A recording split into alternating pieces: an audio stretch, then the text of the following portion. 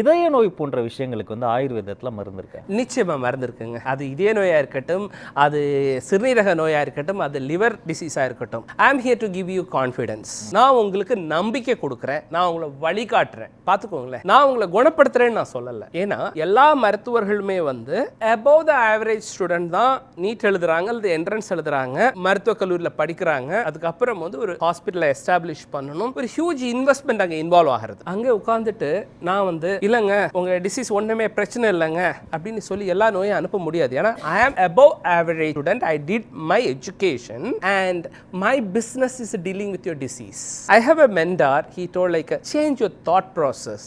Disease can be your business, health can be your business. அப்போ நான் என்ன சொல்றேன், நீங்க ஆரோக்கியமா இருக்கணும்னு விருப்பப்படுறீங்களா, உங்களோட இதய நோயை குணப்படுத்தணும் நீங்க விருப்பப்படுறீங்களா, நான் உங்களுக்கு வழிகாட்டுறேன். என்ன வழிகாட்டுறேன்? ஆயுர்வேதால எளிய மருந்துகள் இருக்கிறது. எனக்கு 90% பிளாக் இருக்குங்க, நான் சர்ஜரி பண்ணிக்கலாமா? சர்ஜரி பண்ணிக்கிறீங்களா? பெஸ்ட் சர்ஜன் என்னோட ஃப்ரெண்டா இருக்காங்க, நான் ரெஃபர் பண்றேன், போய் பண்ணிட்டு வாங்க, எந்த ப்ராப்ளமும் கிடையாது. இல்லைங்க எங்க வீட்டில் பயப்படுறாங்க, இதுவரைக்கும் சர்ஜரியே பண்ணது கிடையாது, நான் சர்ஜரி வேண்டாம்னு நினைக்கிறேன், எனக்கு நீங்க உதவி பண்ண முடியுமா?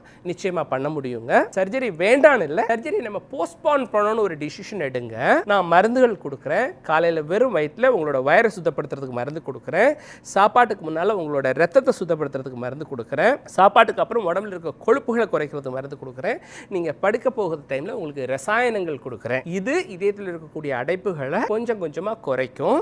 நம்ம ஒரு 6 மாதம் நம்ம மருந்து எடுத்துக்கலாம். 6 மாதம் முடிச்சதுக்கு அப்புறம் ஒரு டெஸ்ட் பண்ணி பாருங்க. டெஸ்ட்ல நல்ல ரிசல்ட் இருக்கு, நம்ம ஆயுர்வேதமே கண்டினியூ பண்ணுவோம். இல்லைங்க டெஸ்ட்ல நல்ல எதிர்பார்க்குற ரிசல்ட் கிடைக்கல, இல்லைங்க இதுக்கப்புறம் நீங்கள் ஆயுர்வேதம்னு சொல்லி கொடி பிடிச்சிட்டு இருக்க வேண்டாங்க. வாழ்க்கை உங்களோடது. எனக்கு ஆயுர்வேதத்தை ப்ரூவ் பண்ண வேண்டிய எந்த அகங்காரமும் கிடையாது.